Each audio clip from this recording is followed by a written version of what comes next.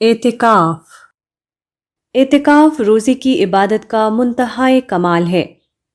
رمضان میں روزہ رکھ کر انسان طلوع فجر سے غروب آفتاب تک کھانا پینا اور ازدواجی تعلق کو چھوڑ دیتا ہے، لیکن اعتکاف میں انسان آگے بڑھتا ہے اور ان پابندیوں کے ساتھ کئی اور پابندیاں خود پر عائد کر لیتا ہے۔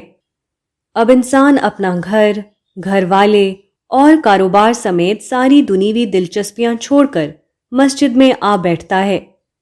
پہلے بیوی سے تعلق کے زن و شو دن میں چھوڑا، اب رات میں بھی اس سب سے بڑی انسانی خواہش سے بے نیاز ہو جاتا ہے۔ پہلے لوگوں سے مل لیا جاتا تھا اور اب سب سے کٹ کر انسان خدا کا ہو رہتا ہے۔ یوں ایک بندہ مومن سوائے زندگی کی ایک نشانی یعنی رات کے وقت کھانے پینے کے علاوہ پوری دنیا اور دنیا داری کو چھوڑ کر اللہ کے گھر آ بیٹھتا ہے اور اپنی صبح و شام اس کی یاد اور اس کی بندگی میں گزارنے لگتا ہے۔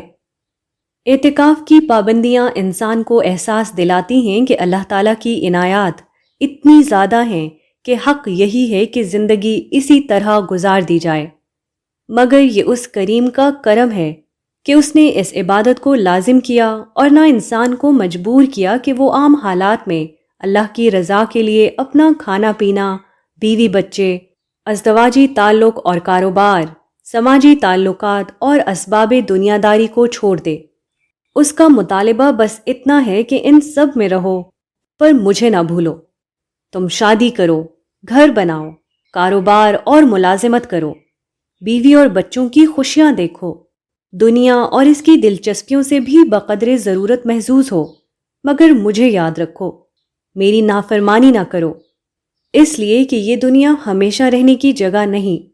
جس طرح رمضان اور اعتکاف کے ایام گزر جاتے ہیں، یہ دنیا کی زندگی بھی گزر جائے گی، پھر تم لوٹ کر میرے ہی پاس آؤ گے۔ ایسا نہ ہو کہ اس روز تمہارے پاس سوائے پچھتاوے کے کچھ اور نہ ہو۔ یہی اعتکاف کا اصل درس ہے۔